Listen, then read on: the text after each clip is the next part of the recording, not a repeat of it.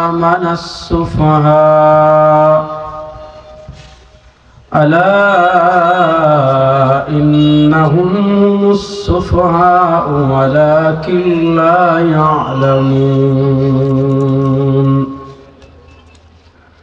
بارك الله لنا ولكم في القرآن العظيم ونفعنا وإياكم بالآيات والذكر الحكيم. وقال رسول الله صلى الله عليه وسلم: لا تسبوا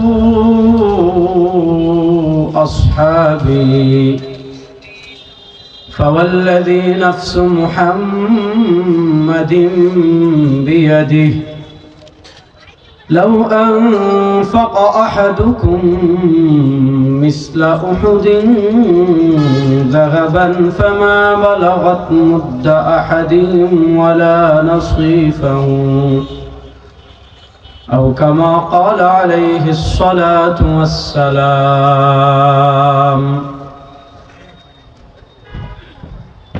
আল্লাহ রাব্বুল ইজ্জত ওয়াল জালালের লাখ কোটি শুকরিয়া আদায় করছি। আল্লাহ তাআলা আমাদেরকে অত্যন্ত দয়া করে মায়া করে জামিয়া মাদানী আসাদুল উলুম মাদানীনগর মাদ্রাসা খুলনায় আজকের এই বার্ষিক ওয়াজ মাহফিলে আল্লাহ তাআলা আমাদেরকে মাগরিবের নামাজের পর দুনিয়ার সকল মাশগালা থেকে ফারিগ করে আল্লাহ তাআলা আমাদেরকে জান্নাতের বাগানে আসার বসার কথা বলার কথা শোনার তৌফিক দান করেছেন। আমরা সবাই একবার আল্লাহ রাব্বুল ইজ্জত ওয়াল জালালের দরবারে অন্তরের অন্তঃস্থল থেকে কালেমাতুশ শুকর আদায় করি আলহামদুলিল্লাহ। উচ্চ আওয়াজ একবার কিপটামি করবেন না, সবাই হৃদয় থেকে একবার পড়েন আলহামদুলিল্লাহ। খুব লম্বা আলোচনা আমি করি না, আজকেও খুব লম্বা আলোচনা করব না ইনশাআল্লাহ। কোরআনুল কারীমের প্রসিদ্ধ একটা আয়াত তেলাওয়াত করেছি। রাসূল করিম সাল্লাল্লাহু আলাইহি ওয়াসাল্লামের অসংখ্য অগণিত হাদিস থেকে একটা হাদিস তেলাওয়াত করেছি। আয়াত এবং হাদিসকে সামনে রেখে কিছু কথা আপনাদের সামনে পেশ করার চেষ্টা করব। আল্লাহ তাআলা আমাকে যেন ইখলাসের সাথে বিশুদ্ধ কথা বলার তৌফিক দান করেন। আল্লাহ তাআলা আপনাদের সবাইকে যেন আলোচনার শুরু থেকে নিয়ে শেষ পর্যন্ত পুরো আলোচনা সবাইকে মনোযোগ সহকারে শোনার তৌফিক দান করেন। আমরা যে যুগে দুনিয়াতে এসেছি, আমরা যে সময়টা পার করছি, সময়টা অত্যন্ত কঠিন এবং জটিল সময় আমাদের জন্য। এই কঠিন এবং জটিল সময় মানে আমি রাজনৈতিক কঠিন রাজনৈতিক জটিল সময় বুঝাইনি। কঠিন সময় মানে আমাদের সামনে নানা ধরনের ফিতনা, নানা আকারের ফিতনা, নানা সুরতে নেক সুরতে ফিতনার সম্মুখীন হচ্ছি আমরা। দেখেন, ইসলামে একটা হলো ইসলামের একটা পার্ট আকীদা বিশ্বাস, আর ইসলামের একটা পার্ট হলো আমল। নামাজ আমল, রোজা আমল, হজ আমল, যাকাত আমল। আপনার নামাজ, রোজা, হজ, যাকাত, আপনার ইবাদত কখন গ্রহণযোগ্য হবে, আপনার ইবাদত কখন আপনার নাজাতের কারণ হবে, আপনার ইবাদত কখন আপনার জান্নাতে যাওয়ার কারণ হবে, আপনার ইবাদত কখন আপনাকে জাহান্নাম থেকে বাঁচানোর কারণ হবে, যখন আপনার আকীদা বিশ্বাস ঠিক থাকবে। যদি আপনার আকীদা বিশ্বাস ঠিক না থাকে, আপনার নামাজ, আপনার রোজা, আপনার হজ, আপনার যাকাত এগুলা কোনো কিছুই আপনাকে আল্লাহর আযাব থেকে বাঁচাতে পারবে না। ইসলামের ইতিহাসের প্রথম ফিতনা ছিল খারিজি ফিতনা। খারিজিরা নামাজ পড়তো আমাদের থেকে বেশি। তারা এতটা ইবাদত গুজার ছিল। খারিজিদের আকীদা ছিল কেউ যদি কোনো কবিরা গুনাহ করে একবার, আমরা বলি কেউ কবিরা গুনাহ করলে তার ঈমান যায় না, আল্লাহ তওবা করলে মাফ করে দেন। আর খারিজিয়া বলবে আপনি নামাজ ছাড়ছেন আপনি কাফের, আপনি রোজা ছাড়ছেন আপনি কাফের, আপনি হজ ছাড়ছেন আপনি কাফের, আপনি গুনাহ করেছেন আপনি কাফের। অর্থাৎ খারিজিরা গুনাহকে এতটা ভয় পেত, গুনাহের প্রতি তাদের এতটা অনাস্থা ছিল, গুনাহের প্রতি তাদের এতটা ভীতি ছিল এবং গুনাহকে তারা এত বেশি ভয় পেত। খারিজিদের মাযহাবই ছিল, খারিজিদের আকীদাই ছিল যে কেউ যদি কবিরা গুনাহ করে সে ইসলাম থেকে বের হয়ে যাবে। আমরা যেমন শিরিককে ভয় পাই, আমরা যেমন কুফুরকে ভয় পাই, শিরিক কুফুর থেকে আমরা যেভাবে বেঁচে থাকি, খারিজিরা তেমন কবিরা গুনাহ থেকে বেঁচে থাকতো। কারণ তাদের মতে শিরিক করলে যেমন ঈমান যায়, তাদের মতে কুফর করলে যেমন ঈমান যায়, তাদের মতে কবিরা গুনাহ করলেও তেমন ঈমান যাবে। তাহলে বুঝেন, যারা এত আমল করত, যারা এত ইবাদত করত, যারা গুনাহ থেকে এত বেঁচে থাকতো, নবী করিম সাল্লাল্লাহু আলাইহি ওয়াসাল্লাম বলেছেন তারা হলো জাহান্নামের কুত্তা। খারিজিরা হলো জাহান্নামের কুত্তা। তাহলে বোঝা গেল শুধু আপনার আমল করলে, শুধু নামাজ পড়লে, শুধু ইবাদত করলে আপনার ইবাদতটা আপনার নাজাতের উসিলা হবে না, নাজাতের গ্যারান্টি হবে না, যতক্ষণ পর্যন্ত মা আনা আলাইহি ওয়া আসহাবি আহলুস সুন্নাহ ওয়াল জামাআতের আকীদায় আপনার আকীদা ঠিক না থাকবে। দেখেন নবী করিম সাল্লাল্লাহু আলাইহি ওয়াসাল্লাম হাদিসে কি বলেছেন? নবী করিম সাল্লাল্লাহু আলাইহি ওয়াসাল্লাম বলেছেন, আমার উম্মতেরা শোনো, আমাদের পূর্বে যারা বনি ইসরাইল দুনিয়াতে ছিল, নবী করিম সাল্লাল্লাহু আলাইহি ওয়াসাল্লাম তাদের কাহিনী বর্ণনা করতে গিয়ে, তাদের অবস্থা বর্ণনা করতে গিয়ে আমাদেরকে বলেছেন, তাফাররাকাত বানু ইসরাইল আলা 72 মিল্লাহ ওয়া সাতাফতারিকু উম্মতি আলা 73 মিল্লাহ কুল্লুহুম ফিন নার ইল্লা মিল্লাতান ওয়াহিদা। সরওয়ার দু আলম সাল্লাল্লাহু আলাইহি ওয়াসাল্লাম বলেছেন, আমার উম্মতেরা শোনো, বনি ইসরাইল দল হয়েছিল 72টা, ওয়াসাতাফতারিকু উম্মতি আলা 73 মিল্লাহ। বনি ইসরাইল দল হয়েছিল 72টা। সরওয়ার দু আলম সাল্লাল্লাহু আলাইহি ওয়াসাল্লাম বলেন, এই উম্মতে দল হবে 73টা, কুল্লুহুম ফিন্নার, এই 73 দলের সব জাহান্নাম ইল্লা মিল্লাতান ওয়াহিদা।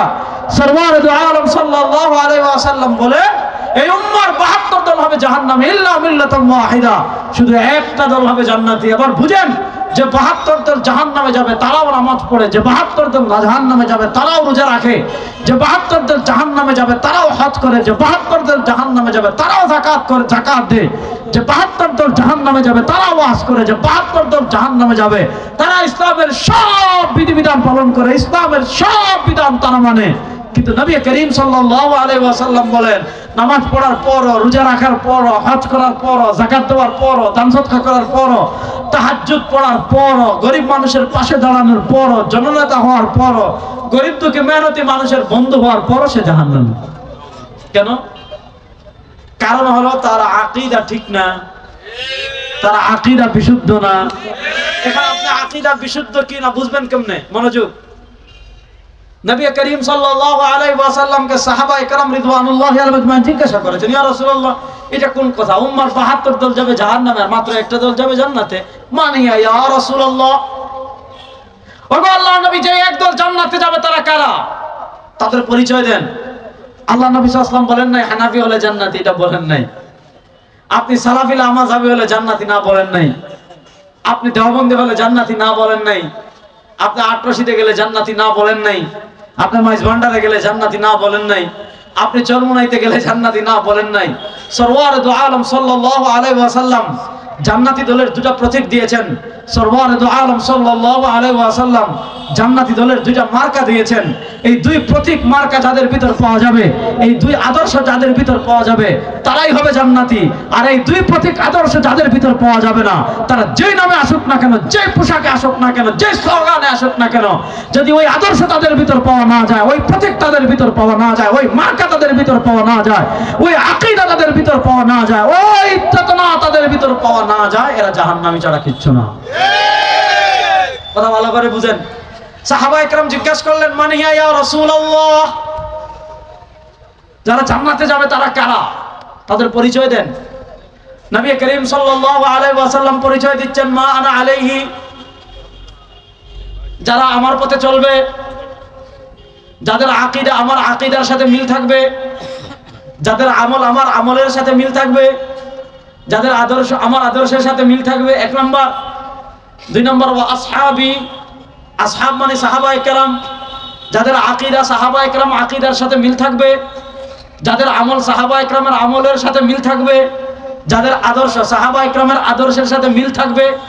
নবী করিম সাল্লাল্লাহু আলাইহি ওয়াসাল্লাম দুই প্রতীক দিয়েছেন, মা আনা আলাইহি ওয়া আসহাবি, যারা নবীর আদর্শ মানবে, যারা নবীর আমল মানবে, যারা নবীর আকীদা মানবে, এক নম্বর নবী। ওয়া আসহাবি, যারা সাহাবায়ে কেরামের আমল মানবে, যারা সাহাবা একরামের আকীদা মানবে, যারা সাহাবা একরামের আদর্শ মানবে, তারাই হবে জান্নাতি। ওই মা আনা আলাইহি ওয়া আসহাবি এ থেকে এসেছে আহলুস সুন্নাহ।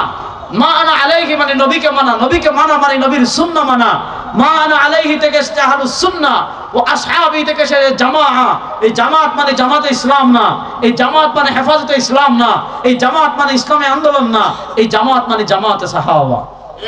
বলেন এই জামাত মানে জামাতে, বলেন এই জামাত মানে জামাতে, বলেন এই জামাত মানে জামাতে।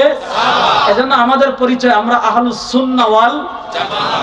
বলেন আহলুস সুন্নাহ ওয়াল জামাত। এখন কেউ যদি বলে আমি শুধু সুন্নাহ মানি জামাত মানি না, কেউ যদি বলে আমি সুন্নাহ মানি সাহাবী মানি না, কেউ যদি বলে আমি হাদিস মানি আবু বকর মানি না, কেউ যদি বলে আমি হাদিস মানি ওমর মানি না, কেউ যদি বলে আমি হাদিস মানি উসমান মানি না, কেউ যদি বলে আমি সাহাবী হাদিস মানি আলী মানি না, কেউ যদি বলে আমি সাহাবী মানি সাহাবা মানি না, কেউ যদি বলে আমি হাদিস মানি সাহাবা মানি না, তার চেয়ে বড় ইবলিস, তার চেয়ে বড় শয়তান আল্লাহর জমিনে আর কেউ নাই।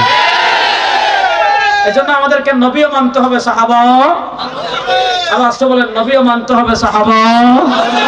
দেখেন সাহাবা একরামকে শুধু মানলেই হবে না, আল্লাহ তাআলা পবিত্র কোরআনে যেমন মুমিনদের কথা বলেছেন, আল্লাহ তাআলা তেমন কোরআনে কাফেরদের কথা বলেছেন।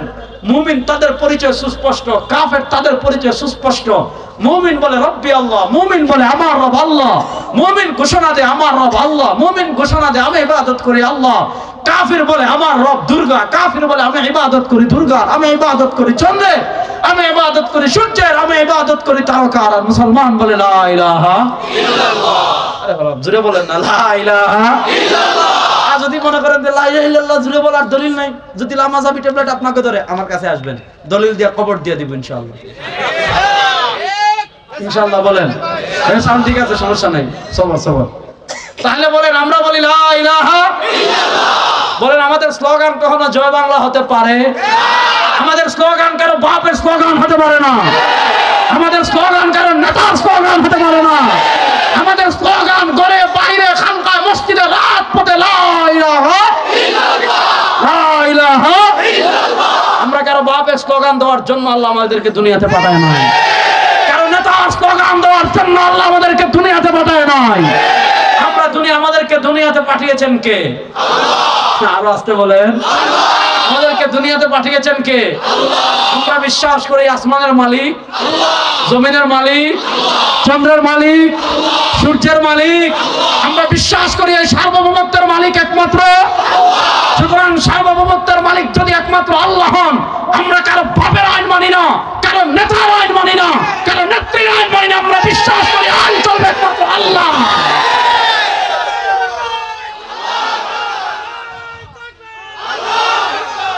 কথা বলেন আমরা আল্লাহ ছাড়া কারো আইন মানি? আপনি সংবিধানের দোহাই দিবেন, কোরআন সুন্নাহর বিপরীত সংবিধানে আইন করবেন, আমরা মানি না। বলেন আমরা মানি না। আমার কোরআনের সাথে সাংঘর্ষিক হবে আপনার নেতা আইন করবে, আপনার নেতারে আমি গোষ্ঠী গিলাই। আমরা আল্লাহর আইনের বাইরে কোনো মানুষের আইন মানি না। তাহলে আল্লাহ যেমন কোরআনে কাফেরদের কথা বলেছেন, আল্লাহ তেমন কোরআনে মুনাফিকদের কথা বলেছেন। কাফেরদের পরিচয় সুস্পষ্ট, তারা তার নেতার কথা বলে, তারা ভূতের কথা বলে, তারা চন্দ্রের কথা বলে, তারা সূর্যের কথা বলে, তারা মূর্তির কথা বলে। ইমানদারদের পরিচয় সুস্পষ্ট, ইমানদার বলে লা ইলাহা ইল্লাল্লাহ, ইমানদার বলে লা ইলাহা ইল্লাল্লাহ। এখন এই দুই দলের ভিতর আরেক দল আছে, এদের নাম হলো মুনাফিক। তুই আজ বুঝতেছ নি? হ্যাঁ, আরেক দল আছে, এদের নাম কি? মুনাফিক। দেখেন আল্লাহ তাআলা পবিত্র কোরআনে বলেছেন ومن الناس من يقول آمنا بالله وباليوم الآخر ومن الناس من يقول آمنا بالله وباليوم الآخر وما هم بمؤمنين। মানুষদের ভিতর একদল আছে মান ইয়াকুলু আমান্না বিল্লাহ, যারা মুখে বলবে আমরা ঈমান এনেছি আল্লাহর উপর, যারা মুখে বলবে ওয়াবিল ইয়াউমিল আখির, আমরা ঈমান এনেছি আখিরাতের দিনের উপর। আল্লাহ বলেন মানুষদের ভিতর একদল আছে যারা মুখে বলবে ঈমান এনেছি আল্লাহর উপর, মানুষদের ভিতর একদল আছে যারা মুখে বলবে ঈমান এনেছি আখিরাতের দিনের উপর। আল্লাহ বলেন তারা যত বলুক আমরা ঈমান এনেছি আল্লাহর উপর, তারা যত বলুক আমরা ঈমান এনেছি আখিরাতের দিনের উপর, ওয়া মা হুম বিমুমিনিন, বাটপার ছাড়া কিচ্ছু না। ওয়া হুম বিমুমিনিন, এটা বাটপার ছাড়া কিছু, এটা অনুবাদ না, আমার থেকে বললাম। মানে ওয়া মা হুম বিমুমিনিন, এরা ঈমানদার না। তাহলে বোঝা গেল এদের ঈমান আসল না ভেজাল? বলেন এদের ঈমান আসল না ভেজাল? বলে বলেন এদের ঈমান আসল না ভেজাল? দুনিয়াতে সব জিনিসে আসল থাকে বেজাল থাকে, আপনি চিনতে পারেন। টাকায় জাল টাকা হলে দেখতে আসল টাকার মতো, আপনি জাল টাকা চেনার জন্য ব্যাংকে যান, ব্যাংকে মেশিনে ফেললে জাল টাকা চেনা যায়। স্বর্ণ যেমন আসল থাকে, স্বর্ণ তেমন বেজাল থাকে। আপনি যেমন আসল স্বর্ণ না চিনলেও জুয়েলার্সের দোকানে গেলে জাল স্বর্ণ যেমন চেনা যায়। আপনার ইমান যদি আসল না হয়, আপনার ইমানে যদি নেফাকি থাকে, আপনি যদি অন্তর দ্বারা আল্লাহকে স্বীকার না করেন, আপনার অন্তরে যদি নেফাকি থাকে, অন্তরে নেফাকি রেখে আপনি যদি মুখে বলেন রব্বি আল্লাহ, আপনি অন্তরে নেফাকি রেখে আপনি যদি মুখে বলেন মুহাম্মাদুর রাসূলুল্লাহ, আপনি মুমিন না, আপনি মুনাফিক। এবার আপনার মুখে তো সুরত ভালো, আপনি মুখে কালেমা পড়ছেন, আপনি মুখে বলছেন আমান্না বিল্লাহ, আপনি নামাজ পড়ছেন সরওয়ারে দু আলমের সাথে, আপনি বাজারে হাঁটছেন আবু বকরের সাথে, আপনি মার্কেটে যাচ্ছেন ওমরের সাথে, আপনি আড্ডা দিচ্ছেন উসমানের সাথে, আপনি খাচ্ছেন আলীর সাথে, অথচ আপনার অন্তরে ঈমান নাই, আপনি অন্তর দ্বারা আল্লাহকে বিশ্বাস করেন না। এবার ঈমান আসল না বেজাল যাচাই করবেন কেমনে? ঈমান আসল না বেজাল যাচাই করবেন কেমনে? আল্লাহ মাফ করে দিচ্ছেন, وَإِذَا قِيلَ لَهُمْ آمِنُوا كَمَا آمَنَ النَّاسُ وَإِذَا قِيلَ لَهُمْ آمِنُوا كَمَا آمَنَ النَّاسُ। মুনাফিকরা মুখে বলে ঈমান এনেছি আল্লাহর উপর, মুনাফিকরা মুখে বলে ঈমান এনেছি আখিরাতের দিনের উপর। আল্লাহ বলেন মুখে ঈমানের কথা বললে হবে না, মুখে আল্লাহর উপর ঈমান আনার কথা বললে হবে না, মুখে আখিরাতের দিনের উপর ঈমান আনার কথা বললে হবে না। আমিনু কামা আমানান নাস, তাফসীর জালালাইন খুলেন, তাফসীর ইবনে জারীর তাবারি খুলেন, তাফসীর ইবনে কাসির খুলেন, সব জায়গায় পাবেন আয় কামা আমানা আসহাবু মুহাম্মাদিন সাল্লাল্লাহু আলাইহি ওয়াসাল্লাম। আরে বেটা মুনাফিক, তুই মুখে ঈমানের কথা বললে হবে না, তুই মুখে আল্লাহর উপর ঈমানের কথা বললে হবে না, তুই মুখে আখিরাতের দিনের উপর ঈমান আনার কথা বললে হবে না। আমিনু কামা আমানান নাস, আরে বেটা যেভাবে ঈমান এনেছেন নবী করিম সাল্লাল্লাহু আলাইহি ওয়াসাল্লামের সাহাবায়ে কেরাম, সেইভাবে ঈমান আন। যদি নবীর সাহাবায়ে কেরামের ঈমানের মতো তোর ঈমান হয়, তুই হবে মুমিন। আর সাহাবায়ে কেরামের মাপকাঠিতে যদি তোর ঈমান না ঠিকে, তুই মুনাফিক ছাড়া কিচ্ছু না। ফাইন আমানু বিমিসলি মা আমানতুম বিহি ফাকাদ ইহতাদাও, ফাইন আমানু বিমিসলি মা আমানতুম বিহি ফাকাদ ইহতাদাও। আল্লাহ বলেন যদি তারা ঈমান আনে কার মতো? বিমিসলি মা আমানতুম, ইয়া আসহাবু মুহাম্মদ, ও মুহাম্মদ সাল্লাল্লাহু আলাইহি ওয়াসাল্লামের সাহাবায়ে কেরাম, যদি তারা ঈমান আনে বিমিসলি মা আমানতুম বিহি, যেমন তোমার এনেছে তোমরা, যেমন ঈমান এনেছেন আবু বকর, যেমন ঈমান এনেছেন ওমর, যেমন ঈমান এনেছেন উসমান, যেমন ঈমান এনেছেন আলী, যেমন ঈমান এনেছেন জামাতে সাহাবা। যদি জামাতে সাহাবার ঈমানের সাথে ঈমান মিলে, সেই ঈমান হবে হেদায়েত প্রাপ্ত। আর জামাতে সাহাবার ঈমানের সাথে ঈমান না মিললে, আকীদা না মিললে, আদর্শ না মিললে, মুনাফিক ছাড়া কিচ্ছু না। এজন্য বুঝেন, আল্লাহ তাআলা আমাদেরকে বলেছেন ঈমান আনো, যেভাবে ঈমান এনেছেন সাহাবায়ে কেরাম। কেন বললেন? ঈমান মানে কি? না দেখে বিশ্বাস। আমাদের রবকে হায় হায় হায়, আরো আসতে কোন জয় বাংলা তো কইতেন মিয়া, 1 কিলোমিটার দূর থেকে শোনা যাইতো। বলেন আমাদের রবকে, আমাদের রবকে। বাংলাদেশে আল্লাহর কোরআন প্রতিষ্ঠা হোক, আমরা চাই কি চাই না? এই বাংলাদেশের সংসদে কোরআনের আলোয় আলোকিত হোক, আমরা চাই কি চাই না? 52 বছরে সব বাংলাদেশের খেলা শেষ হয়ে গিয়েছে। ওদিন ঢাকায় বক্তৃতায় বলেছি ডিজিটাল বাংলাদেশ দেখে ফেলেছি, স্মার্ট বাংলাদেশ দেখে ফেলেছি, আধুনিক বাংলাদেশ দেখে ফেলেছি, সোনার বাংলাদেশ দেখে ফেলেছি। সব বাংলাদেশের খেলা শেষ হয়ে গিয়েছে। সোনার বাংলা শান্তি দিতে পারে নাই, ডিজিটাল বাংলা শান্তি দিতে পারে নাই, স্মার্ট বাংলা শান্তি দিতে পারে নাই, কোন বাংলা শান্তি দিতে পারে নাই। এবারে আমাদের মিশন কোরআনের বাংলাদেশ হবে ইনশাআল্লাহ।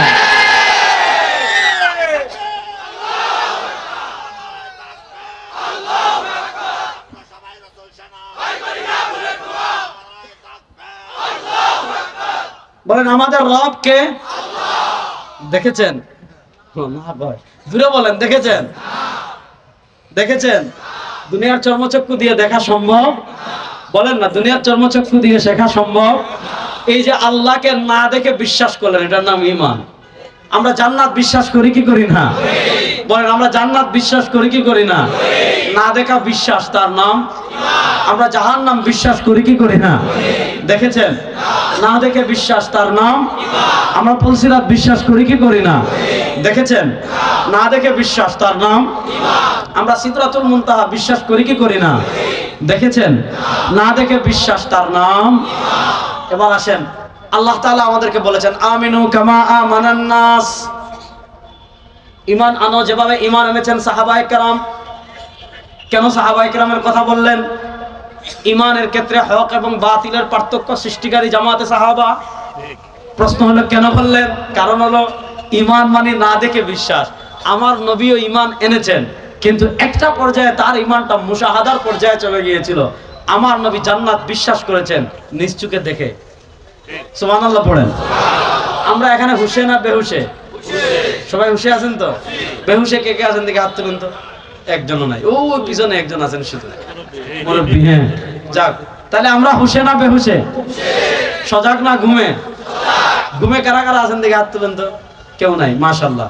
তাহলে আমরা যেমন এখানে হুশে জাগ্রত অবস্থায় বসে আছি, আমরা যেমন এখানে হুশে জাগ্রত অবস্থায় বসে আছি, মেরাজের রাতে আমার নবী তেমন হুশে জাগ্রত অবস্থায় জান্নাত দেখে এসেছেন।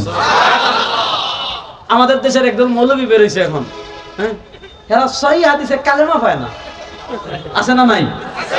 এগুলার আনলিমিটেড বাস দিয়ে থাবলানো দরকার, বুঝছেন? আমাদের দেশের একদল আছে না যে দেখবেন বলে আমি 6 মাস হাদিসের কিতাব তালাশ করেছি, কোথাও লা ইলাহা ইল্লাল্লাহ মুহাম্মাদুর রাসূলুল্লাহ পাই নাই। মানে গবেষণা করার আর কিছু পাইতেছে না। তো আমি বলি আপনি পান নাই কেন জানেন? আপনার চোখের চশমা যেটা হলো ইসরায়েলের চশমা, আপনি ইসরায়েলের চশমা দিয়ে খুললে পাবেন না। আপনি ইসরায়েলের চশমা খুলেন, সৌদি আরবের রিয়ালের চশমা খুলেন, সাহাবা ইকরামের চশমা লাগান, সবকিছু পাবেন। দেখেন হযরত ইমাম তাবরানী আল মুজামুল কবির হাদিস এনেছেন, ইমাম হাইসামি রাহিমাহুল্লাহ মাজমুউজ জাওয়াইদ হাদিস এনেছেন। নবী করিম সাল্লাল্লাহু আলাইহি ওয়াসাল্লাম মেরাজের রাতে জান্নাত দেখে এসে সাহাবা ইকরাম রিদওয়ানুল্লাহি আলাইহিম আজমাইনকে জান্নাতের বিবরণ দিচ্ছেন। উনি বলেন দাখালতুল জান্নাহ, আমি যখন জান্নাতে প্রবেশ করছি আমি দেখতে পেলাম ফারাআইতু ফি আরিদাতাইল জান্নাহ, আমি দেখতে পেলাম আল্লাহ তাআলা জান্নাতের দেয়ালে সালাসাতা আসতুর 3টা লাইন লিখে রেখেছেন। আসিত্রুল আউয়াল, আল্লাহ তাআলা জান্নাতের দেয়ালে 3টা লাইন লিখে রেখেছেন, এক লাইন উপরে, এক লাইন মাঝে, আরেক লাইন নিচে। সাল্লাল্লাহু আলাইহি সাল্লাল্লাহু আলাইহি ওয়াসাল্লাম বলেন আমি দেখতে পেলাম আল্লাহ তাআলা জান্নাতের সবার উপরে আসিত্রুল আউয়াল, আল্লাহ তাআলা জান্নাতের সবার উপরে লিখে রেখেছেন লা ইলাহা ইল্লাল্লাহ মুহাম্মাদুর। আমার নবী জান্নাতের গেটে কালেমা পাইছেন, আর আমাদের দেশে রিয়াল শায়েখরা ঘুমটাদারিরা সহিহ হাদিসে কালেমা পায় না। আল্লাহ তাআলা তাদেরকে হেদায়েত দান করুন। যাক, ওই আলোচনা আমি যাব না। আমি যেটা বুঝাতে চাচ্ছি এটা বুঝেন, আমি যেটা বুঝাতে চাচ্ছি এটা বুঝেন, তাহলে বোঝা গেল ঈমান মানে না দেখে বিশ্বাস। নবী করিম সাল্লাল্লাহু আলাইহি ওয়াসাল্লামের অনেকাংশে ঈমানটা মুশাহাদা। তিনি ফেরেশতা বিশ্বাস করেছেন দেখে, তিনি জান্নাত বিশ্বাস করেছেন দেখে, তিনি জাহান্নাম বিশ্বাস করেছেন দেখে, তিনি পুলসিরাত বিশ্বাস করেছেন দেখে, তিনি সিদরাতুল মুনতাহা বিশ্বাস করেছেন দেখে, তিনি আযাবুল কবর বিশ্বাস করেছেন দেখে। দেখে বিশ্বাস না দেখে বিশ্বাস বরাবর হতে পারে না। তার ঈমানটা অনেকাংশে মুশাহাদার পর্যায়ে ছিল। আল্লাহ বলেন আমিনু কামা আমানান নাস। আরে বেটা, তুই ঈমান আন আবু বকরের ঈমানের মতো দৃঢ় ঈমান, তুই ঈমান আন উমরের ঈমানের মতো দৃঢ় ঈমান, তুই ঈমান আন উসমানের ঈমানের মতো দৃঢ় ঈমান, তুই ঈমান আন সাহাবায়ে কেরামের ঈমানের মতো দৃঢ় ঈমান। যদি সাহাবায়ে কেরামের ঈমানের মাপকাঠিতে তোর ঈমান টিকে যায় তুই হেদায়েত প্রাপ্ত, আর সাহাবায়ে কেরামের মাপকাঠিতে তোর ঈমান যদি না টিকে তুই মুনাফিক ছাড়া কিচ্ছু না। তার সাহাবায়ে কেরামের মতো ঈমান হওয়ার দরকার আছে না নাই? ধরে বলেন সাহাবায়ে কেরামের ঈমানের মতো ঈমান হওয়ার দরকার আছে না নাই? তাহলে এবার বলেন জান্নাতি দলের মার্কা কয়টা? বলেন জান্নাতি দলের মার্কা কয়টা? নবী সাহাবী। বলেন নবী নবী নবী। জোরে বলেন জান্নাতি দলের প্রতীক কয়টা? জোরে বলেন, যার দাঁড়াই আছেন বসেন, এত জায়গায় খালি থাকতেন দাঁড়ায় দিয়েছেন। বলেন জান্নাতি দলের প্রতীক কয়টা? জোরে বলেন জান্নাতি দলের প্রতীক কয়টা? সবাই বলেন 1 নাম্বার নবী। বলেন 1 নাম্বার নবী, 2 নাম্বার। এখন শুনেন, দুনিয়াতে যত বাতিল ফিরকা আসবে, আমি আপনাদেরকে একদম মূল কথাটা বলে দিয়ে যাই। দুনিয়াতে যত বাতিল ফিরকা আসবে, বাতিল ফিরকা আপনি চিনবেন কেমনে? কোনো না কোনো ভাবে সাহাবায়ে কেরামকে ওভারটেক করবে।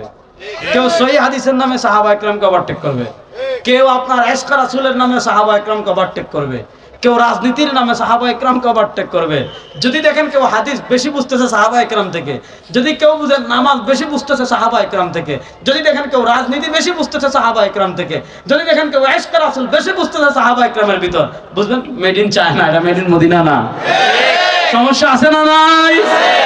আমি আপনাদেরকে একটা জিনিস আজকে বুঝাবো, খুব মনোযোগ দিয়ে বুঝবেন তো কথা। তাহলে সাহাবায়ে কেরামকে মানা লাগবে কি লাগবে না? আচ্ছা, এবার আসেন ঈমান গ্রহণের পর, মনোযোগ, ঈমান গ্রহণের পর ইসলাম ধর্মের সবচেয়ে বড় ইবাদতের নাম কি? আর আসতে বলেন, আরো জোরে বলেন। একটা তিরমিজি শরীফ নিয়ে আসেন, প্রথম খণ্ড দাওরা হাদিস থেকে দৌড় দেন। ঈমান গ্রহণ করার পর ইসলাম ধর্মের সবচেয়ে বড় ইবাদতের নাম কি? আচ্ছা, আপনার শেখ যেভাবে বলছে এভাবে নামাজ পড়লে হবে না, আপনার পীর যেভাবে নামাজ পড়ছে এভাবে নামাজ পড়লে হবে না। নামাজ পড়বেন কিভাবে? নবী করিম সাল্লাল্লাহু আলাইহি ওয়াসাল্লাম নামাজের ক্ষেত্রে নিজে নির্দেশনা দিচ্ছেন, কেমনে নামাজ পড়বা, কেমনে রুকু করবা, কেমনে সিজদা দিবা, কেমনে তাসবিহ পড়বা। সরওয়ারে দু আলম সাল্লাল্লাহু আলাইহি ওয়াসাল্লাম বলেছেন, সাল্লু কামা রাআইতুমুনি উসাল্লি। তোমার যেভাবে মন চায় এভাবে নামাজ পড়লে হবে না, তোমার মন যেভাবে চায় এভাবে নামাজ পড়লে হবে না। নামাজ পড়বা কিভাবে? নবী করিম সাল্লাল্লাহু আলাইহি ওয়াসাল্লাম বলেছেন, সাল্লু, নামাজ পড়ো ওইভাবে। কেমনে নামাজ পড়বা? কামা রাআইতুমুনি উসাল্লি, যেভাবে নামাজ পড়তে দেখেছো আমাকে। রুকু করবা কিভাবে? যেভাবে রুকু করতে দেখেছো আমাকে। সিজদা করবা কিভাবে? যেভাবে সিজদা করতে দেখেছো আমাকে। দাঁড়াইবা কিভাবে? যেভাবে দাঁড়াইতে দেখেছো আমাকে। তাশাহুদ পড়বা কিভাবে? যেভাবে তাশাহুদ পড়তে দেখেছো আমাকে। হাত বাঁধবা কিভাবে? যেভাবে হাত বাঁধতে দেখেছো আমাকে। ফাতিহা পড়বা কিভাবে? যেভাবে ফাতিহা পড়তে দেখেছো আমাকে। আমিন বলবা কিভাবে? যেভাবে আমিন বলতে শুনেছো আমাকে। কত রাকাত পড়বা কিভাবে? উত্তর যেভাবে পড়তে দেখেছো আমাকে। এবার বলেন, আপনি দাঁড়াবেন কিভাবে? উত্তর যেভাবে দাঁড়িয়েছেন রাসূল। আপনি নামাজ পড়বেন কিভাবে? উত্তর নবী করিম সাল্লাল্লাহু আলাইহি ওয়াসাল্লাম নামাজের ক্ষেত্রে নিজে নির্দেশনা দিয়েছেন। আপনার বাপ অনুযায়ী নামাজ পড়লে হবে না, আপনার দাদা অনুযায়ী নামাজ পড়লে হবে না। আপনি নামাজ পড়বেন কিভাবে? সরওয়ারে দু আলম সাল্লাল্লাহু আলাইহি ওয়াসাল্লাম নিজেই শেখাচ্ছেন। সল্লু, মনোযোগ, সল্লু, নামাজ পড়ো কেমন? কামা রাআইতুমুনি উসাল্লি, নামাজ পড়ো কেমনে? সল্লু, নামাজ পড়ো এমনে। কেমনে? কামা রাআইতুমুনি উসাল্লি, যেভাবে নামাজ পড়তে দেখো আমাকে। নবীর নামাজ কে কে দেখছেন? দিকে হাত তুলেন তো। কেউ না, একজনও দেখেন নাই। তাহলে এবার বলেন, নবী করিম সাল্লাল্লাহু আলাইহি ওয়াসাল্লামের নামাজ দেখেছেন কারা? সাহাবারা। বড় আস্তে কইলেন। আল্লাহ নবী কেমনে দাঁড়িয়েছেন দেখেছেন কারা? আল্লাহ নবী কেমনে হাত বেঁধেছেন দেখেছেন কারা? আল্লাহ নবী কেমনে রুকু করেছেন দেখেছেন কারা? আল্লাহ নবী কেমনে আমিন বলেছেন শুনেছেন কারা? আল্লাহ নবী দুই সিজদার মাঝে কেমনে বসেছেন দেখেছেন কারা? আল্লাহ নবী কতবার কেমনে হাত তুলেছেন দেখেছেন কারা? এখন কেউ যদি বলে না সাহাবায়ে কেরাম দেখে নাই, আমি দেখছি, আমার শায়েখ দেখছে, বুঝবেন এটা আরুন আঙ্কেল। কথা বুঝতেছেন?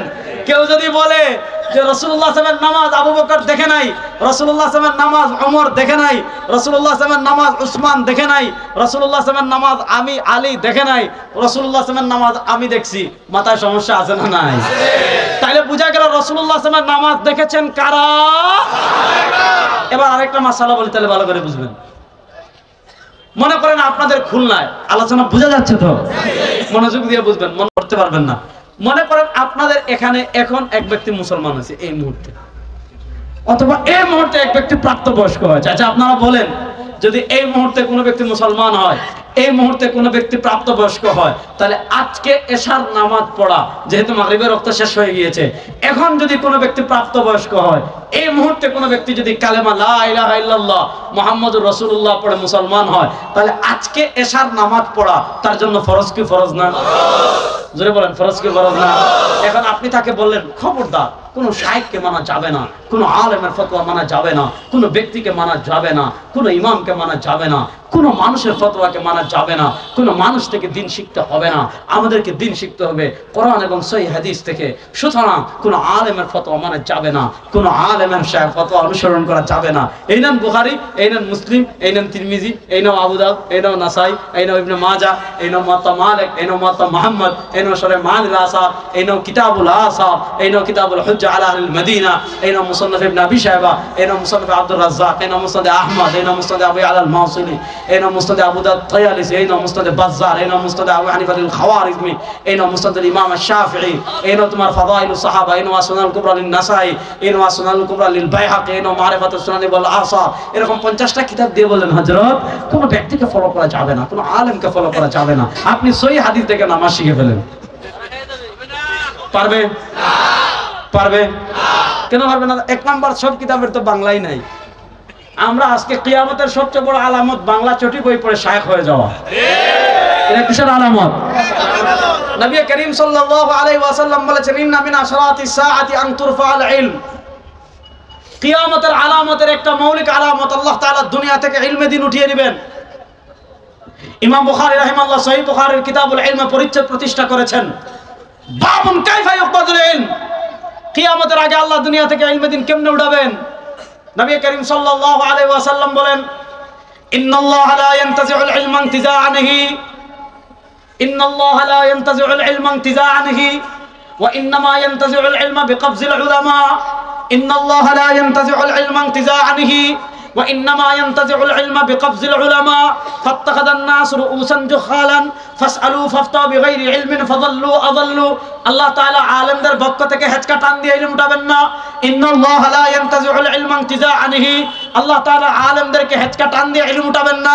ওয়া ইন্নামা ইয়ানতাজিউল ইলমা বিকবজিল উলামা, আল্লাহ তাআলা আলেমদের পক্ষ থেকে হেঁচকা টান দিয়ে ইলম উঠাবেন, আলেমদের হেঁচকা টান দিয়ে ইলম উঠাবেন না। আল্লাহ তাআলা দুনিয়া থেকে ইলমে দ্বীন উঠিয়ে দিবেন আলেমদেরকে উঠিয়ে নেওয়ার মাধ্যমে। আর আল্লাহ তাআলা যখন আলেমদেরকে দুনিয়া থেকে উঠিয়ে নেবেন, সাধারণ মানুষের অবস্থা কি হবে? ফাত্তাখাদান নাস রুউসান জুহালা। কি কম কোন এখন কি বলবো বলেন? আরবি পড়তে পারে না, আপনি যদি তারে বম মারেন, বম মেরে বলেন তিরমিজি শরীফের 1 পৃষ্ঠা পড়, অনুবাদ করা দূরের কথা, তিরমিজি শরীফের 1 পৃষ্ঠা পড়, আধা লাইন পড়তে মরা করে উঠে দৌড় দিবে। কথাটা বুঝাইতে পারি নাই? আপনি হাদিস পড়া দূরের কথা, হাদিস বুঝা দূরের কথা, তারা যদি মুসনাদে আহমদ দিয়ে বলেন হাদিসটা কেমনে বের করে এটা তাও পারবে না। এরকম জাহিলরা 2-4টা বাংলা চটি বই পড়ে, 2-4টা বক্তব্য শুনে এরা শায়েখ হয়ে যাবে। এদের কাছে মানুষ জিজ্ঞাসা করবে মাসআলা, আল্লাহ নবী বলেন ফাদাল্লু, এই চটি শায়েখ এরা পথভ্রষ্ট, ওয়া আদাল্লু, তাদেরকে যারা অনুসরণ করবে তারাও পথভ্রষ্ট। তারাও কি? এটা কিসের আলামত? বলেন না, এটা কিসের আলামত? তাহলে এই কিয়ামতের আলামত আমাদের দেশে আছে না? প্রচুর আছে, প্রচুর। আপনার ডানে বামে খুঁজলে বহু পাবেন। একে কোরআন শরীফ পড়তে পারে না, বড় শায়েখ হয়ে গিয়েছে, আছে না? নাই? কথা ভালো করে বুঝেন। তাহলে এখন আপনি পারবেন না কেন? 50টা কিতাব দেখো, নামাজের স্ট্রাকচার দাঁড় করাতে পারবেন না কেন? 50টা স্ট্রাকচার দেখে 2 রাকাত নামাজের স্ট্রাকচার দাঁড় করাতে পারবেন না কেন? কারণ আপনি এক হাদিসে পাবেন রুকুর কথা, এক হাদিসে পাবেন সিজদার কথা, আরেক হাদিসে পাবেন ফাতিহা পড়ার কথা, আরেক হাদিসে পাবেন সূরা পড়ার কথা, আরেক হাদিসে পাবেন সামি আল্লাহু লিমান হামিদা বলার কথা, আরেক হাদিসে পাবেন রব্বানা ওয়া লাকাল হামদ পড়ার কথা, আরেক হাদিসে পাবেন তাশাহুদ পড়ার কথা, আরেক হাদিসে পাবেন দুআয়ে মাসুরা পড়ার কথা, আরেক হাদিসে পাবেন রুকু করার কথা, রুকু কখন করব, কিরাত কখন করব, আলহামদুলিল্লাহ কখন পড়ব, সানা কখন পড়ব। এইটা আপনার 1 2 3 4 5 7 8 কিতাবের হাদিস দেখো, আপনি 2 রাকাত নামাজের স্ট্রাকচার দাঁড় করাতে পারবেন না, 2 রাকাত নামাজের বডি তৈরি করতে পারবেন না। তাহলে প্রশ্ন হলো, নামাজের বডি আমাদের কাছে কেমনে আসছে? সরওয়ার দু আলম সাল্লাল্লাহু আলাইহি ওয়াসাল্লাম নামাজের ক্ষেত্রে 2টা নির্দেশনা দিয়েছেন। নির্দেশনা নাম্বার 1, সাল্লু কামা রাআইতুমুনি মুসাল্লি, নামাজ পড়ো ওইভাবে যেভাবে নামাজ পড়তে দেখেছো আমাকে। সরওয়ার দু আলম সাল্লাল্লাহু আলাইহি ওয়াসাল্লাম নামাজ সংক্রান্ত আরেকটা নির্দেশনা দিয়েছেন, লিয়ালিয়ানি মিনকুমুল আহলামি ওয়ান নুহা, লিয়ালিয়ানি মিনকুমুল আহলামি ওয়ান নুহা। সরওয়ার দু আলম সাল্লাল্লাহু আলাইহি ওয়াসাল্লাম বলেছেন, তোমাদের ভিতর প্রজ্ঞাবান যারা, তোমাদের ভিতর সমঝদার যারা, তোমাদের ভিতর ফকিহ যারা, তোমাদের ভিতর আলেম যারা, তোমাদের ভিতর ফকিহ যারা, তারা আমার পিছনে দাঁড়াবে। যে কেউ এসে যে কার মনে চায় আমার পিছনে দাঁড়াইও না, বরং আমার পিছনে কারা দাঁড়াবে? সরওয়ার দু আলম নির্দেশনা দিচ্ছেন, লিয়ালিয়ানি মিনকুমুল আহলামি ওয়ান নুহা, তোমাদের ভিতর যারা প্রজ্ঞাবান, তোমাদের ভিতর যারা সমঝদার, তোমাদের ভিতর যারা ফকিহ, তারা যেন আমার পিছনে দাঁড়ায়। কেন? সাল্লু কামা রাআইতুমুনি মুসাল্লি, তারা দেখবে আমি কেমনে রুকু করি, তারা দেখবে আমি কেমনে সিজদা করি, তারা দেখবে আমি কেমনে দাঁড়াই, তারা দেখবে আমি কেমনে হাত বাঁধি, তারা দেখবে আমি কেমনে নামাজ পড়ি, তারা দেখবে আমি কেমনে মুনাজাত করি, তারা দেখবে আমি কত রাকাত নামাজ পড়ি। তারা দেখবে, তারা দেখার পর তাদের পরবর্তীদেরকে শিখাবে। তাহলে এবার বলেন, নবী করিম সাল্লাল্লাহু আলাইহি ওয়াসাল্লামের নামাজ দেখেছেন কারা? জোরে বলেন, আরো জোরে বলেন। নবী করিম সাল্লাল্লাহু আলাইহি ওয়াসাল্লামের নামাজ দেখেছেন কারা? এখন কেউ যদি বুঝে বলে আমি সাহাবায়ে কেরাম থেকে সহিহ হাদিস বেশি বুঝছি, বলবেন ভাই তোর সাথে তর্ক করার দরকার নাই, 1000 টাকা দিয়ে বলবেন সোজা গটু পাবনা, এর মধ্যখানে কোনো ব্রেক হবে না। আচ্ছা, এবার দেখেন আমাদের দেশে এখন নামাজ কেন্দ্রিক ফিতনা হয় কি হয় না? প্রচুর ফিতনা। আমি শুধু আপনাদেরকে 2টা জিনিস মাথায় আজকে বসাতে চাচ্ছি। নবী করিম সাল্লাল্লাহু আলাইহি ওয়াসাল্লামের নামাজ দেখলেন কারা? মূল পয়েন্ট এটা বুঝতে হবে, এই পয়েন্ট না বুঝলে সামনের আলোচনা বুঝবেন না। এখন নবী করিম সাল্লাল্লাহু আলাইহি ওয়াসাল্লাম কেমনে কি করলেন, যেহেতু সাহাবায়ে কেরাম দেখেছেন, সুতরাং নবী করিম সাল্লাল্লাহু আলাইহি ওয়াসাল্লামের এই নামাজটা জানতে হলে সাহাবায়ে কেরামের দরকার আছে না নাই? এখন ওই যে নবী বলেছেন জান্নাতি দলের প্রতীক 2টা, মা আনা আলাইহি ওয়া আসহাবি। এখন যদি দেখেন কেউ সহি নামাজ খুঁজতে গিয়ে সাহাবা একরামকে ওভারটেক করে ফেলতেছে, সমস্যা আছে না নাই? কারণ আসহাবীকে ওভারটেক করা এটা জান্নাতি দলের প্রতীক না জাহান্নামী দলের প্রতীক? কেউ ইশকে রাসূল, রাসূল সাল্লাল্লাহু ইশক আটকে দিতে পারতেছে না। রাসূলুল্লাহ সাল্লাল্লাহু আলাইহি ইশকের নামে সাহাবা একরামকে ওভারটেক করে মুআবিয়া রাদিয়াল্লাহু আনহুকে গালিগালাজ করতেছে, মুগীরা ইবনে শুবাকে গালিগালাজ করতেছে, হযরত ইমরান ইবনে হুসাইনকে গালিগালাজ করতেছে, হযরত আলীকে গালিগালাজ করতেছে। যদি দেখেন যে তার ইশকে রাসূল এত ওভারটেক হয়ে গিয়েছে যে ইশকে রাসূলের ঠেলা সাহাবা একরামকে গালিগালাজ শুরু করেছে, বুঝবেন জাহান্নামী দল। তাহলে আমাদের জান্নাতি দলের দুইটা প্রতীক মনে থাকবে তো, একটা হলো নবী, আরেকটা হলো আমাদের সমাজে একটা ফিতনা তৈরি হয়েছে। আমরা যে হাজার বছর থেকে যে নামাজটা পড়ে আসতেছি, আপনার নামাজ না পড়লে আমার কি যায় আসে? আমার কিছু হবে? আপনি নামাজ না পড়লে কেমন আল্লাহ আমাকে জিজ্ঞেস করবে যে আমাকে নামাজ পড়লো না কেন? লা তাজিরু ওয়াজরাতুম বিজরা উখরা, যার যার আমলের হিসাব যার যার দিবেন, আমার কোনো কিছু যায় আসে না। আপনি নামাজ দাঁড়াইবেন নাকি গুছাবেন নাকি কেমনে পড়বেন, আপনার যেমন মন চায় পড়েন, আমার কি? কিন্তু আমরা যে নামাজটা পড়ি, এই নামাজ নিয়ে এখন একদল বের হইছে ফিতনা সৃষ্টি করার চেষ্টা করে কি করে না? ওই ফিতনা সৃষ্টি করা সাধারণ মানুষ পর্যন্ত আমাদের সামনে বসে আমাদের নামাজকে জাল প্রমাণ করবে, এমন কোন বাপের বেটা আল্লাহর জমিনে নাই। ইনশাআল্লাহ চ্যালেঞ্জ করে গেলাম, এই রেজাউল করিম আপনাদের সামনে দাঁড়িয়ে আমাদের নামাজকে জাল বলবে এমন কোন বাপের বেটা নাই। তখন বলবে হুজুর আপনি বসেন, রিক্সা চালক, ভ্যান চালক, ঠেলা বিক্রেতা, সিডি বিক্রেতা, এদের সাথে বুঝেন না? তো তোদের শায়েক কি ঠাড়া পড়ছে রে? তোদের শায়েক কি ঠাড়া পড়ছে? তোরা রিক্সা চালক, ভ্যান চালক, সিডি বিক্রেতা, এদের সাথে বসতে বলো, লজ্জা শরম কি নাই তোদের? তোদের শায়েক রে যে রেজাউল করিম আপনার পানি খাওয়ার টাইম দেয় না, এগুলো দেখোস নাই?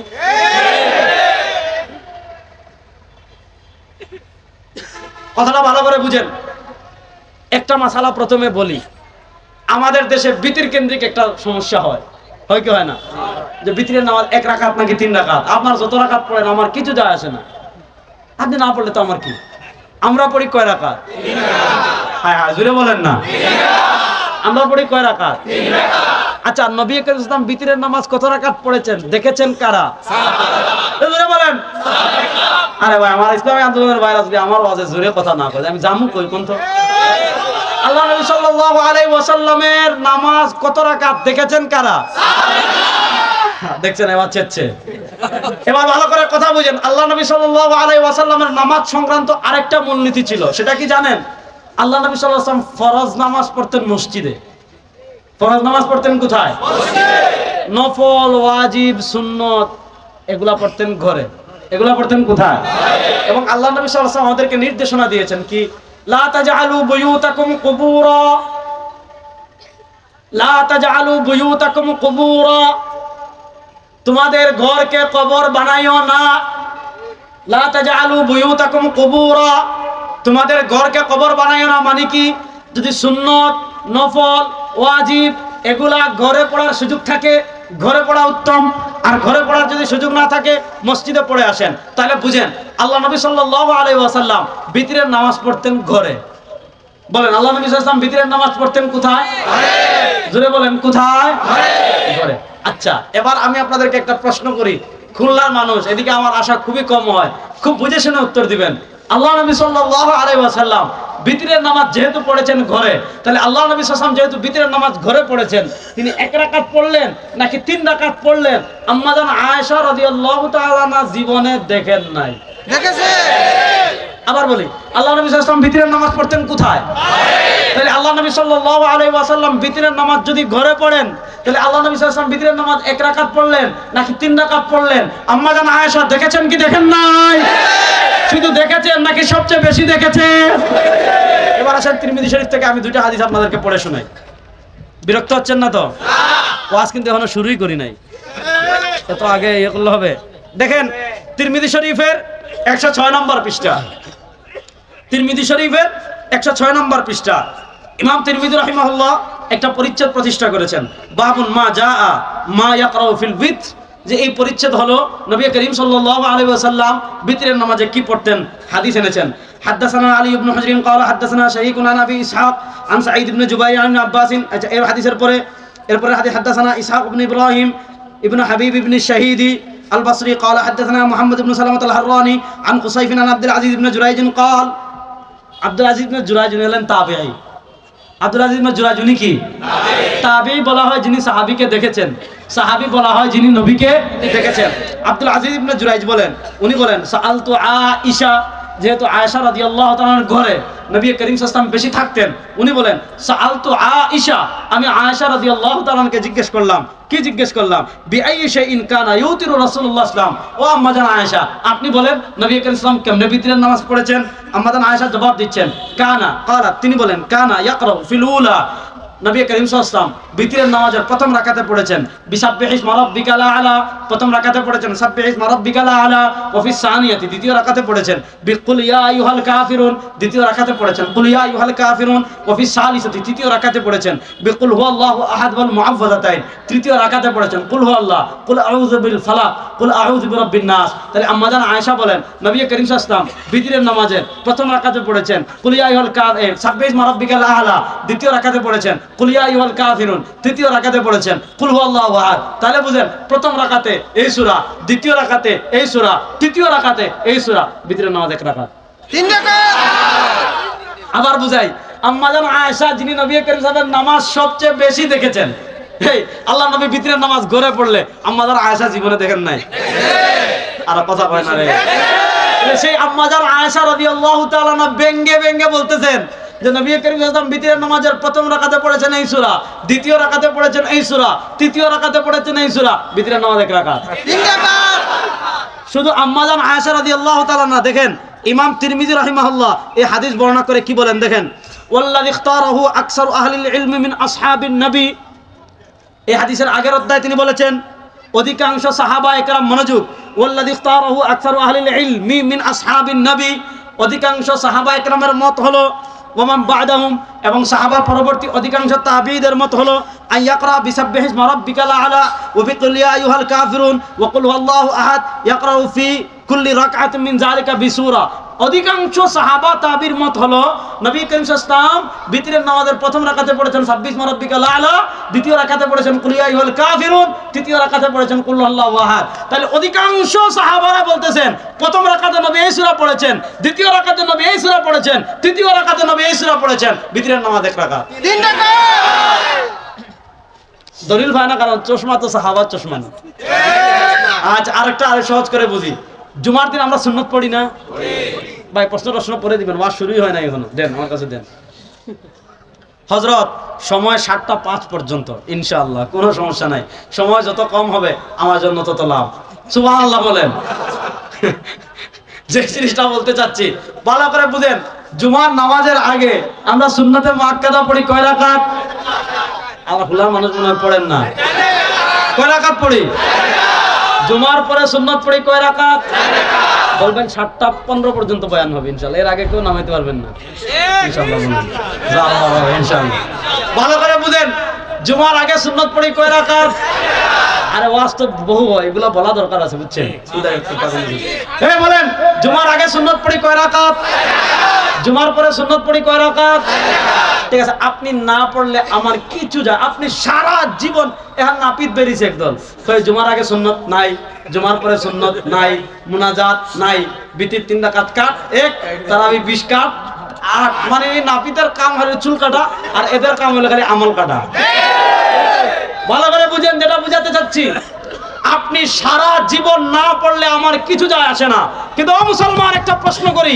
আল্লাহ নবী সাল্লাল্লাহু আলাইহি ওয়াসাল্লাম জুমার আগে যদি সুন্নত পড়েন দেখেছেন কারা কত রাকাত পড়েছেন দেখেছেন কারা এবার আমি আপনাদেরকে একজন সাহাবীর নাম বলি দেখেন চিনেন কিনা হযরতে আলী চিনেননি তিনি কত বড় সাহাবী আল্লাহ নবী বুখারী শরীফে বলেছেন ইয়া আলী আনতা মিন্নি বিমানজিলাতি হারুন মিন মূসা ইল্লা আন্নাহু লা নাবিয়্যা বাদি ও আলী বনি ইসরাইলের নবী মূসাকে সহযোগিতা করার জন্য আল্লাহ মূসার ডান হাত বানিয়েছিলেন তার ভাই হারুনকে ও আলী বনি ইসরাইলের নবী মূসার কাছে তার ভাই হারুনের যে মাকাম ছিল আমার কাছে আমার ভাই আলীর সে মাকাম পার্থক্য হলো ইল্লা আন্নাহু লা নাবিয়্যা বাদি মুসার পরে তার ভাই হারুন নবী হয়েছেন, সরওয়ারে দু আলমের পরে নতুন করে আর নবী হওয়ার কোনো সম্ভাবনা নাই। বলেন কোনো সম্ভাবনা? এজন্য আমাদের নবীর পরে কেউ নবী দাবি করলে সে না আসতে বলেন। এবার বলেন আমাদের ভারত উপমহাদেশে এক মহিলা ছিল, তার নাম চেরাগ বিবি। কি বিবি? যে বলেন আমাদের ভারত উপমহাদেশে এক মহিলা ছিল, তার নাম চেরাগ বিবি। এই চেরাগ বিবির পোলা গোলাম আহমদ কাদিয়ানি, চেরাগ বিবির পোলা বলেছে वो अहमद वर मोहम्मद नाम से मुसम्मा होकर मैं रसूल भी हो वर नबी भी हो, यानी मुझको भेजा गया भी और गायब की खबरें पाने वाला भी। চেরাগ বিবির পোলা বলেছে मैं रसूल भी हो, আমি রাসূল ও वर नबी भी हो, আমি নবী ও। এবার বলেন মুসলমান মুসলমান যে চেরাগ বিবির পোলা গোলাম আহমদ নিজেকে রাসূল দাবি করেছে, নিজেকে নবী দাবি করেছে, যে চেরাগ বিবির পোলা গোলাম আহমদ মুসলমান না কাবে? আচ্ছা এবার বুঝেন, মনোযোগ মনোযোগ। হযরত চলে আসছেন আমাদের ইসমাইল ইব্রাহিম সাহেব, মাশাআল্লাহ। কই হুজুর কই? আচ্ছা কর্ম আমি যতক্ষণ ইচ্ছা কর্ম, কোনো সমস্যা নাই। হযরত বসে থাকবে, এটা আমারে বলা লাগবে না। হ্যাঁ, ভালো করে বুঝেন, মনোযোগ দিয়ে বুঝেন। তাহলে আমি যেটা বলতে চাচ্ছি আপনাদেরকে, আল্লাহ নবী সাল্লাল্লাহু আলাইহি ওয়াসাল্লামের নামাজ হযরতে আলী জীবনে দেখেন নাই। আর আসতে বলেন। আচ্ছা এবার আরেকটা প্রশ্ন করি, বুঝে উত্তর দিয়ে। আল্লাহ নবী সাল্লাল্লাহু আলাইহি ওয়াসাল্লাম জুমার আগে সুন্নাত পড়েছেন কি পড়েন নাই? পড়লে কত রাকাত পড়েছেন? হযরত আলী জীবনে দেখেন নাই। ভাই আপনি না পড়েন, আমরা আপনার সাথে লাগবো না। কিন্তু আপনি যদি বলেন জুমার আগে সুন্নাত নাই, জুমার আগের সুন্নাত ফালতু, জুমার আগের সুন্নাত সহিহ হাদিসে নাই, আপনার সাথে আমাদের কিছু কথা আছে না নাই? আমি শুধু একটা হাদিসের কিতাবের নাম বলে যাই, যদি না থাকে আমার কাছে এসে দেখে যাইয়েন। হাদিসের কিতাবের নাম হলো কিতাবুল ফাওয়াইদ, লিখেছেন ইমাম আবুল হাসান খিলাই। সেখানে তিনি আলী রাদিয়াল্লাহু তাআলা থেকে হাদিস এনেছেন, যে হাদিসকে ইমাম ইরাকি তারাহুত তাসরিবে হাসান বলেছেন, যে হাদিসকে ইমাম ইবনু মুলাক্কিন আল বদরুল মুনির ফি তাখরিজ আহাদিসির রাফিল কবির হাসান বলেছেন, যে হাদিসকে শেখ মুনাবি ফয়জুল কাদির হাসান বলেছেন। হযরত আলী বলেন কানা রাসূলুল্লাহ সাল্লাল্লাহু আলাইহি ওয়াসাল্লাম ইউসাল্লি ক্বাবলা আল জুমআতি আরবাআন, আল্লাহ নবী সাল্লাল্লাহু আলাইহি ওয়াসাল্লাম জুমার আগে সুন্নাত পড়েছেন 4 রাকাত, ওয়া বা'দাহা আরবাআন, জুমার পরে সুন্নাত পড়েছেন 4 রাকাত, ওয়া ইয়াজআলু তাসলিমা ইল্লা ফি আখিরিহিন্না, আল্লাহ নবী সাল্লাল্লাহু আলাইহি ওয়াসাল্লাম জুমার আগে সুন্নাত পড়েছেন 4 রাকাত, জুমার পরে যে সুন্নাত পড়েছেন 4 রাকাত। আল্লাহ নবী সাল্লাল্লাহু আলাইহি ওয়াসাল্লাম 4 রাকাত এক সালামে পড়েছেন, মধ্যখানে সালাম ফিরান নাই। এবার বলেন আলী রাদিয়াল্লাহু তাআলা থেকে হাসান সূত্রে এসেছে, আলী বলেন আমি দেখেছি নবী 4 রাকাত সুন্নাত পড়েছেন, আপনার শায়েখ বলে না নাই। এবার আপনি যদি মনে করেন আপনার শায়েখ আলী রাদিয়াল্লাহু তাআলা থেকে বেশি সহিহ হাদিস বুঝছে, ভাই আপনার সাথে আমি তর্ক করব না, সুজা পাব না যা। তাহলে বলেন নবী করিম সাল্লাল্লাহু আলাইহি ওয়াসাল্লামের আমল জানতে হলে মাধ্যম কারা? আর আসতে বলেন নবী করিম সাল্লাল্লাহু আলাইহি ওয়াসাল্লামের আমল জানতে হলে মাধ্যম কারা? এখন কেউ যদি রাজনীতির নামে সাহাবা ইকরামকে ওভারটেক করে সেও পথভ্রষ্ট, কেউ যদি সহিহ হাদিসের নামে সাহাবা ইকরামকে ওভারটেক করে সেও পথভ্রষ্ট, কেউ যদি আশক রাসূলের নামে সাহাবা ইকরামকে ওভারটেক করে সেও পথভ্রষ্ট। যারা সাহাবা ইকরামকে ওভারটেক করবে, যারা সাহাবা ইকরামকে গালি দিবে, সাহাবা ইকরামের সমালোচনা করবে, এরা কোরআনের শত্রু, হাদিসের শত্রু, ইসলামের শত্রু, নবীর শত্রু, আল্লাহর শত্রু। সাহাবা ইকরাম বিরোধীদের সাথে আমাদের কোনো আপোষ। সাহাবা ইকরামকে যারা সমালোচনা করবে তাদেরকে তারা আমাদের পায়ের জুতার চেয়ে নিকৃষ্ট। নবী করিম সাল্লাল্লাহু আলাইহি ওয়াসাল্লামের আমল জানতে হলে মাধ্যম কারা? বলেন নবী করিম সাল্লাল্লাহু আলাইহি ওয়াসাল্লামের আমল জানতে হলে মাধ্যম কারা? আরো বহু উদাহরণ আছে, উদাহরণ শুধু 2টা দিলাম। এখন যারা যেভাবে দেখবেন সাহাবা ইকরামকে ওভারটেক করতে চাচ্ছে, বুঝবেন তার মূলে সমস্যা আছে। সুতরাং সাহাবা ইকরামের মতো ঈমান আকীদা লালন করার দরকার আছে না নাই? আল্লাহ তাআলা সাহাবা ইকরামের মতো ঈমান এবং আকীদা লালন করার তৌফিক আমাদের সবাইকে দান করেন। শেষ একটা কথা বলে চলে যাচ্ছি, যে জায়গায় যাচ্ছি একটা মেসেজ দিয়ে যাচ্ছি, একটা বার্তা দিয়ে যাচ্ছি। সেই একটা মেসেজ হলো আল্লাহ তাআলা আমাদেরকে ইসলাম দিয়েছেন, আল্লাহ তাআলা আমাদেরকে কোরআন দিয়েছেন, আল্লাহ তাআলা আমাদেরকে নবী করিম সাল্লাল্লাহু আলাইহি ওয়াসাল্লামকে দিয়েছেন। কেন দিয়েছেন? শুধু মিলাদ পড়ে জিলাপি খাওয়ার জন্য না। কেন দিয়েছেন? শুধু নামাজে বুকের উপর হাত বাঁধবেন আর নাভির নিচে হাত বাঁধবেন এটা নিয়ে দ্বন্দ্ব করার জন্য না। কেন দিয়েছেন? নামাজে আমিন জুড়ে বলবেন আর আস্তে বলবেন এটা নিয়ে ইখতিলাফ করার জন্য না। আজকে তুমি সহিহ হাদিসে খালি বুকের উপর হাত বাঁধা পাও, সহিহ হাদিসে খালি আমিন জুড়ে বলা পাও, আর অন্যায়ের বিরুদ্ধে জিহাদ করা, জুলুমের বিরুদ্ধে জিহাদ করা, অত্যাচারের বিরুদ্ধে জিহাদ করা, আধিপত্যবাদের বিরুদ্ধে লড়াই করা, জুলুমের বিরুদ্ধে লড়াই করা, অন্যায়ের বিরুদ্ধে লড়াই করা, সুদের বিরুদ্ধে লড়াই করা, ঘুষের বিরুদ্ধে লড়াই করা, দুর্নীতির বিরুদ্ধে লড়াই করা যদি সহিহ হাদিসে না পাও, তোমার চেয়ে বড় ভণ্ড আল্লাহ জমিনে আর কেউ নেই। এবার বুঝেন আল্লাহ তাআলা আমাদেরকে একটা মহান লক্ষ্য এবং উদ্দেশ্যকে দিয়ে দুনিয়াতে পাঠিয়েছেন। সেই একটা লক্ষ্য এবং উদ্দেশ্য হলো আমরা দুনিয়াতে কোনো তন্ত্রমন্ত্র বাস্তবায়ন করব না, এই আল্লাহর জমিনে আল্লাহর কোরআন এবং আল্লাহর দ্বীন বাস্তবায়ন করব। এবার এই বাংলাদেশের 52 বছর পার হয়েছে। এই বাংলাদেশে 52 বছর আমরা দেখেছি নেতার পরিবর্তন হয়েছে, চেয়ারের পরিবর্তন হয়েছে, ক্ষমতার পরিবর্তন হয়েছে, কিন্তু নীতির পরিবর্তন হয় নাই, এদেশের মানুষের ভাগ্যের পরিবর্তন হয় না। এক সাগর রক্তের বিনিময়ে 2000-এর মতো মানুষ গত জুলাই থেকে আগস্টের বৈষম্য বিরোধী ওই ফ্যাসিবাদী ভারতের 5টা গোলাম আওয়ামী লীগের বিরুদ্ধে আমাদের 1.5 থেকে 2000 মানুষ শহীদ বা শাহাদত বরণ করেছে। যারা হিন্দু তাদের কথা বাদ দিলাম, মুসলমান বেশিরভাগ তারা শহীদ হয়েছে। এই হাজারের অধিক রক্তের মানুষের বিনিময়ে আমরা ভারতের আধিপত্যবাদ ওই ফ্যাসিবাদী আওয়ামী লীগকে পরাজিত করেছি। এবার আমরা শুধু বৈষম্য বিরোধী আন্দোলন আমাদের চূড়ান্ত বিপ্লব না, ইনশাআল্লাহ আমরা স্বপ্ন দেখি এবার আমরা চূড়ান্ত একটা বিপ্লব করব এই বাংলাদেশের সংসদে ইসলাম প্রতিষ্ঠা করার জন্য। এবার আমরা চূড়ান্ত বিপ্লব করব কোরআনের আইন বাস্তবায়ন করার জন্য। এবার আমরা চূড়ান্ত বিপ্লব করব আল্লাহর জমিনে আল্লাহর আইন বাস্তবায়ন করার জন্য ইনশাআল্লাহ। এবার কোরআনের বাংলাদেশ আমরা দেখতে চাই কি চাই না? এই যুবকরা ইসলামের বাংলাদেশ গড়ার জন্য রক্ত দেওয়ার জন্য প্রস্তুত আছে তো ইনশাআল্লাহ। এবার আমরা কারো ভাবের আইনে চালাবো না, এবারের বাংলাদেশ কোরআনের বাংলাদেশ ইনশাআল্লাহ। মুফতি ফয়জুল করিম আমাদের শাইখা চরমনায় আসবেন ইনশাআল্লাহ। তিনি রাতে আপনাদেরকে দিক নির্দেশনাপূর্ণ বয়ান দিয়ে যাবেন ইনশাআল্লাহ। ইনশাআল্লাহ হাক্কানি রব্বানি আহলুস সুন্নাহ ওয়াল জামাতের উলামায়ে কেরাম ঐক্যবদ্ধ হয়ে যাচ্ছে। একটা সুসংবাদ আপনাদেরকে দিয়ে যাচ্ছি, খুব কাছাকাছি আসছি। আহলুস সুন্নাহ ওয়াল জামাতের সকল ঘরানার উলামায়ে কেরাম যদি একত্রিত হয়ে এই কোরআনকে সংসদে নিয়ে যাওয়ার ডাক দেন, রেডি আছেন তো? রেডি আছেন তো ইনশাআল্লাহ? আবার দেখা হবে, কথা হবে। আসসালামু আলাইকুম ওয়া রাহমাতুল্লাহ।